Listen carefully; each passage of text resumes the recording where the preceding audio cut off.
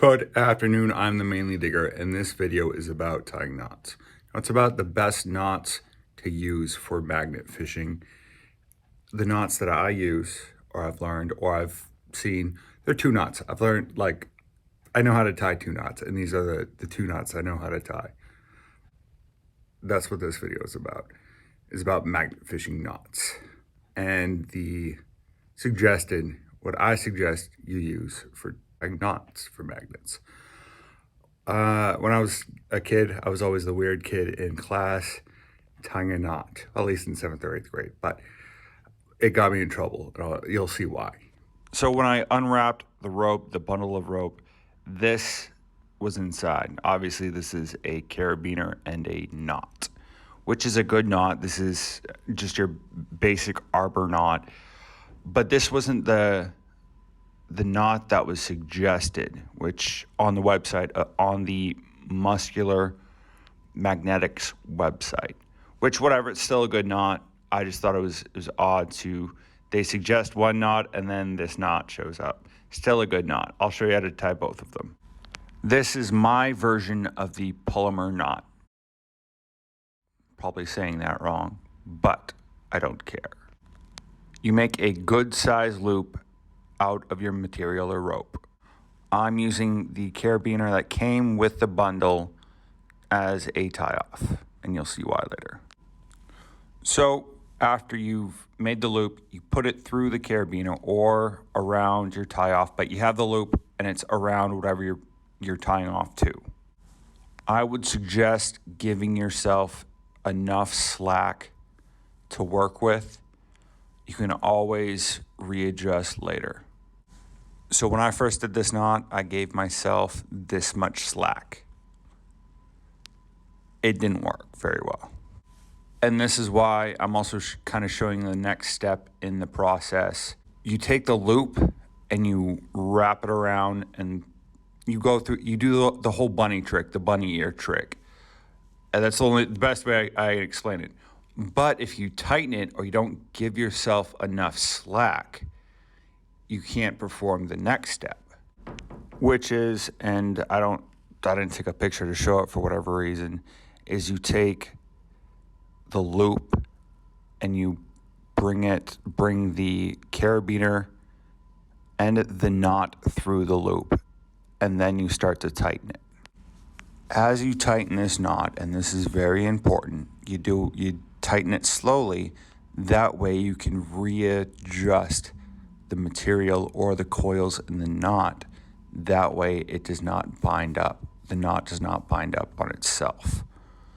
And that is how you tie this knot. So this is a slip knot or an arbor knot, not an arborist knot. I've called it an arborist knot a couple times. An arbor knot. It's a tie down knot. That's all it is. You'll hear my cautionary tale about how I was the weird kid in school who tied knots and got in trouble. This is how you tie this knot. It is an outstanding knot for magnet fishing. So to make an arbor knot, you need a very long tail. Also, I would use, if you're starting out, I would use a pen or something to place in the center of the knot bundle. That way you leave room for your material to go through, and I'll explain that later. So here you can use a marker, which to me is a little too thick, or a pencil. Anyway, you need a lot of thread. You need a lot of material. Myself, I've done this a lot, so I just use my thumb on all of it because it just works for me. I start off the knot by wrapping it or putting around what I'm going to tie down to, which could be anything. And then I start to form the knot, or not the knot, but I get the material into place so it's easier to make the knot work. It makes the knot tying process easier.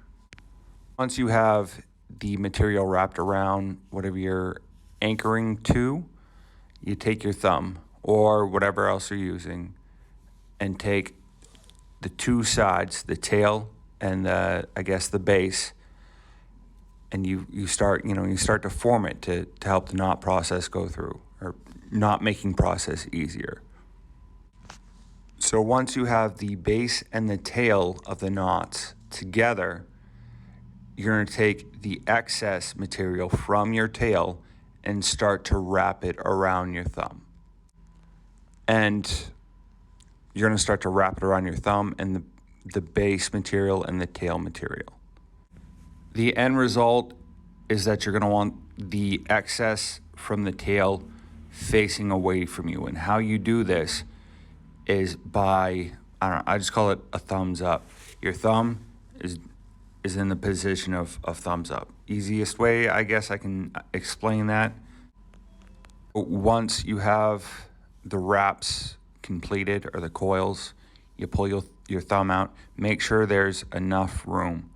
You can have more than 3 or 4 wraps, but make sure there's enough room to fit the tail, the material of the tail, through the bundle or the knot, so you can pull it through. The end result should look like this. I suggest that you do not tighten the coils down yet, or you not pull the material through. That's not including the tail. The tail you pull through, but you leave loose. That way you have room to adjust. I don't like a lot of material hanging out of my ropes or whatever, but you can adjust, and I can adjust and make the tail smaller. That is the whole purpose. That is what I'm talking about, making the tail smaller. It's the same thing with the Palmer knot. I don't like a long tail. So this is the before. I loosen it up a little bit, play with it. And this is the after. You can see that both of the knots have small tails. Some of us do not like large tails. I don't like large tails. You can also see that my tail's down, because that's like, I don't like loose things, especially in water, especially when you're trying to magnet fish. They get caught on stuff, and it's just a pain. So that's why I tape that stuff down, and I don't like long tails. And the whole reason why I started tying knots, besides to start magnet fishing or to connect my magnet to the rope, is so that I can neatly and easily have access to the rope. So whole purpose, I just thought it was a cool picture and a cool reason to do a video, mainly to get out.